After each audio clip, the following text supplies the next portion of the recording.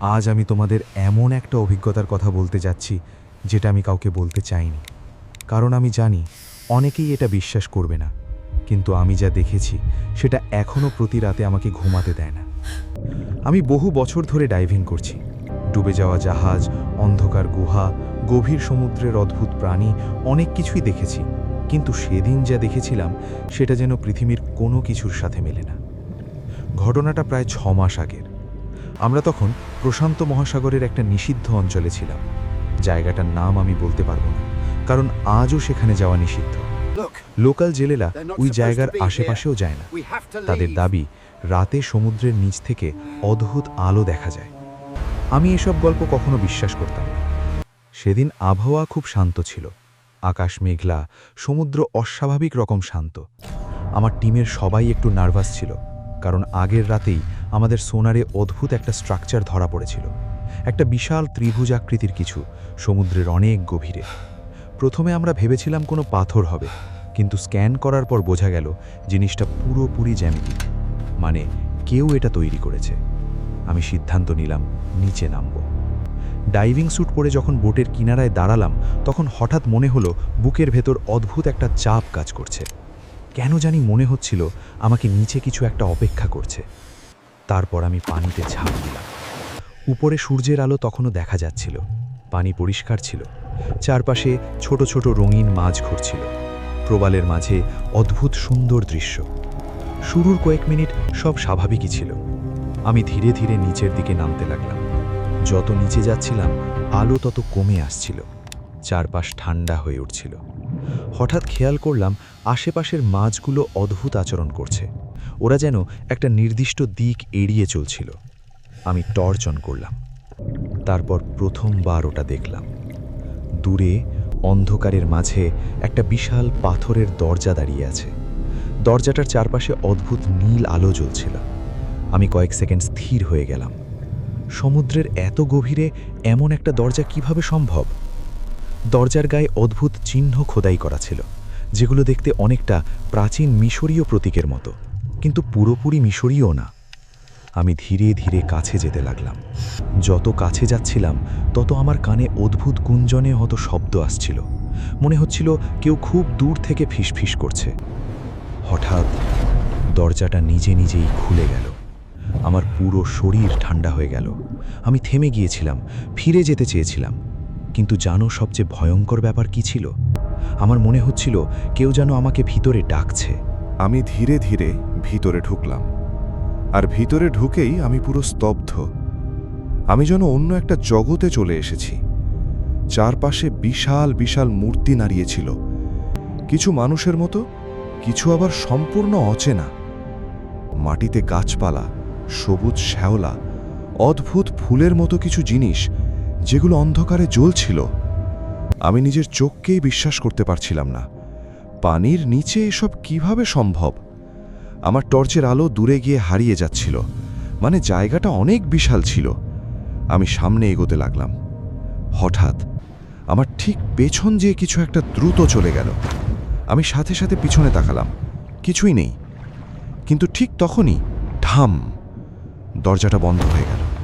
আমি ভয় পেয়ে গেলাম। দ্রুত সাঁতরে দরজার কাছে গেলাম, ধাক্কা দিলাম। কোনো লাভ হলো না। আমার নিঃশ্বাস দ্রুত হয়ে যাচ্ছিল। সেই মুহূর্তে প্রথমবার মনে হলো আমি হয়তো এখান থেকে আর জীবিত ফিরব না। আমি নিজেকে শান্ত করার চেষ্টা করলাম, তারপর সামনে এগোতে লাগলাম। চারপাশে অদ্ভুত সব মূর্তি, কিছু মূর্তির চোখে নীল আলো জ্বলছিল, মনে হচ্ছিল ওরা আমাকে দেখছে। হঠাৎ আমার টর্চের আলো গিয়ে পড়ল একটা বিশাল দেওয়ালের ওপর, আর সেখানে যা দেখলাম সেটা দেখে আমার বুক কেঁপে উঠল। দেওয়ালে বিশাল একটা পিরামিড আঁকা, একদম মিশরের পিরামিডের মতো। আমি অবাক হয়ে গেলাম। পিরামিড তো মিশরে, তাহলে সমুদ্রের এত গভীরে এর ছবি কেন? আমি সামনে এগোলাম, তারপর আমি ওটা দেখলাম। অন্ধকারের মাঝে ধীরে ধীরে একটা বিশাল আকৃতি দেখা দিতে লাগলো। প্রথমে আমি বুঝতে পারিনি, কিন্তু কয়েক সেকেন্ড পর আমার পুরো শরীর অবশ হয়ে গেল। ওটা একটা আসল পিরামিড। সমুদ্রের নিচে একটা বিশাল পিরামিড দাঁড়িয়ে আছে। আমি যেন নিঃশ্বাস নিতে ভুলে গিয়েছিলাম। আমার মাথা ঘুরছিল। এটা কিভাবে সম্ভব? কে বানিয়েছে এটা? হাজার হাজার বছর আগে মানুষ কি সমুদ্রের নিচে শহর তৈরি করেছিল, নাকি এটা মানুষের বানানোই না? আমি ধীরে ধীরে পিরামিডের দিকে এগোতে লাগলাম। পিরামিডের চারপাশে অদ্ভুত সব মূর্তি দাঁড়িয়েছিল। মনে হচ্ছিল তারা কোনো কিছুকে পাহারা দিচ্ছে। হঠাৎ আমার টর্চের আলো পানির ভেতরে কিছু একটার উপর পড়ল। দুটো বিশাল চোখ। আমি স্থির হয়ে গেলাম। অন্ধকারের ভেতর থেকে ধীরে ধীরে একটা প্রাণী বের হয়ে আসছিল। জিনিসটা মাছ ছিল, কিন্তু সাধারণ মাছ না।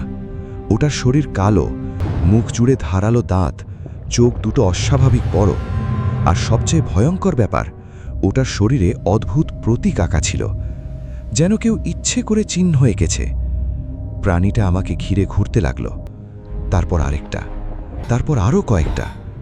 আমি বুঝতে পারলাম আমি একা না, ওরা আমাকে ঘিরে ফেলেছে। আমার হাত কাঁপছিল। আমি ধীরে ধীরে পিছাতে লাগলাম।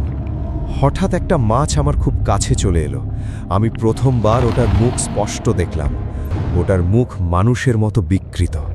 আমি আতঙ্কে পিছিয়ে গেলাম। ঠিক তখনই পিরামিডের ওপরের অংশে নীল আলো জ্বলে উঠল। পুরো জায়গা কাঁপতে শুরু করলো। মনে হচ্ছিল পিরামিডটা সক্রিয় হয়ে গেছে। তারপর আমি একটা শব্দ শুনলাম, খুব গভীর, ভারী একটা শব্দ। মনে হচ্ছিল কেউ ঘুম থেকে জেগে উঠছে। পিরামিডের সামনে ধীরে ধীরে একটা পথ খুলে গেল। ভিতরে সম্পূর্ণ অন্ধকার।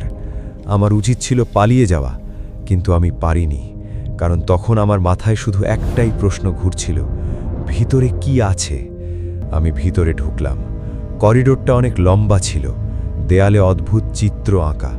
সেখানে দেখানো হচ্ছিল মানুষ আর বিশাল সমুদ্র প্রাণী একসাথে দাঁড়িয়ে আছে, আর পিরামিডের উপরে আকাশ থেকে আলো নামছে। আমি যত সামনে যাচ্ছিলাম তত গরম লাগছিল। হঠাৎ করিডোর শেষ হলো, আর তারপর আমি এমন কিছু দেখলাম যা আজও কাউকে পুরোপুরি বলতে পারিনি। একটা বিশাল কক্ষ, মাঝখানে কালো পাথরের তৈরি একটা সিংহাসন, আর সেই সিংহাসনের ওপর বসে আছে একটা কঙ্কাল, কিন্তু মানুষের কঙ্কাল না। ওটার মাথা অস্বাভাবিক লম্বা, হাতের আঙুল অনেক বড়, আর তার বুকের মাঝে একটা নীল পাথর জ্বলছিল। আমি কাছে এগোতেই কঙ্কালের চোখে আলো জ্বলে উঠল। আমার পুরো শরীর জমে গেল। চারপাশের পানি হঠাৎ কাঁপতে লাগলো। তারপর আমি শুনলাম, তোমাদের পৃথিবী আমাদের ছিল। আমি জানি না শব্দটা সত্যি ছিল নাকি আমার মাথার ভিতরে, কিন্তু আমি স্পষ্ট শুনেছিলাম। হঠাৎ চারপাশের সব মূর্তি নড়তে শুরু করলো। আমি ভয় পেয়ে দৌড়াতে শুরু করলাম। পেছন থেকে অদ্ভুত শব্দ আসছিল। মনে হচ্ছিল শত শত কিছু আমাকে অনুসরণ করছে। আমি প্রাণপণে সাঁতরাতে লাগলাম। দূরে দরজাটা আবার খুলে গিয়েছিল। আমি দ্রুত বাইরে বের হয়ে এলাম, আর ঠিক তখনই পুরো জায়গাটা কাঁপতে শুরু করলো। পিরামিডের আলো নিভে গেল। অন্ধকারের মধ্যে সেই ভয়ঙ্কর মাছগুলো আবার দেখা দিল। ওরা দ্রুত আমার দিকে আসছিল। আমি আর পিছনে তাকাইনি। যত দ্রুত পারি ওপরের দিকে উঠতে লাগলাম। আমার অক্সিজেন প্রায় শেষ, কানে চাপ লাগছিল। মনে হচ্ছিল এখনই জ্ঞান হারাবো। অবশেষে ওপরে উঠে এলাম। বোটে উঠেই আমি অজ্ঞান হয়ে যাই। জ্ঞান ফেরার পর দেখি আমার টিমের সবাই আতঙ্কিত, কারণ আমি প্রায় 1 ঘন্টা নিখোঁজ ছিলাম, কিন্তু আমার কাছে মনে হয়েছিল মাত্র 15 মিনিট। আমি তাদের সব বলেছিলাম, কেউ বিশ্বাস করেনি, কিন্তু সবচেয়ে ভয়ঙ্কর ব্যাপারটা তখনও বাকি ছিল, আমার ডাইভিং ক্যামেরা। ওরা ফুটেজ চেক করল। শুরুর অংশে সব ঠিক ছিল, মাছ, দরজা সব দেখা যাচ্ছিল, কিন্তু আমি পিরামিডের ভিতরে ঢোকার পর ভিডিওতে শুধু অন্ধকার, আর অন্ধকারের মাঝে একটা জিনিস দেখা যাচ্ছিল, দুটো জ্বলজ্বলে চোখ। তারপর স্ক্রিন পুরো ব্ল্যাক হয়ে যায়। এরপর থেকে আমি আর কখনো ওই জায়গায় ফিরে যাইনি, কিন্তু মাঝে মাঝে গভীর রাতে আমি এখনো সেই শব্দ শুনতে পাই, তোমাদের পৃথিবী আমাদের ছিল।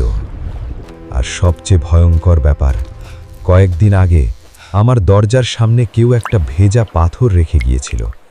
পাথরের ওপর ঠিক সেই একই প্রতীক আঁকা ছিল, যেটা আমি সমুদ্রের নিচে পিরামিডে দেখেছিলাম। Subscribe.